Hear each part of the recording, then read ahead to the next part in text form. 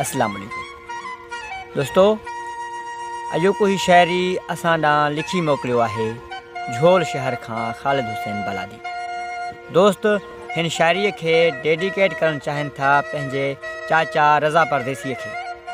दोस्त लिखनि था, रही थो सदा यादि मूंखे प्यारा, हुजी शाल आबाद परदेस वारा। जुदाई में तोखे हिते रोज़ आऊं, खणी हथ ख़ुदा ॾे कयां पियो दुआऊं। विछोड़ियल जी नाशाद दिल जा सहारा, हुजी शाल आबाद परदेस वारा। असांजे अंगण ते कदम जे धरे वएं, ऐं हू कौल जेके तूं मूं सां करे वएं।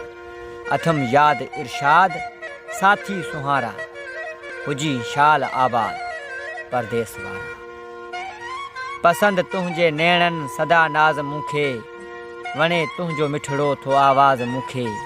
अजब तुंहिंजी आज़ाद अखणे इशारा, हुजी शाल आबाद परदेस वारा।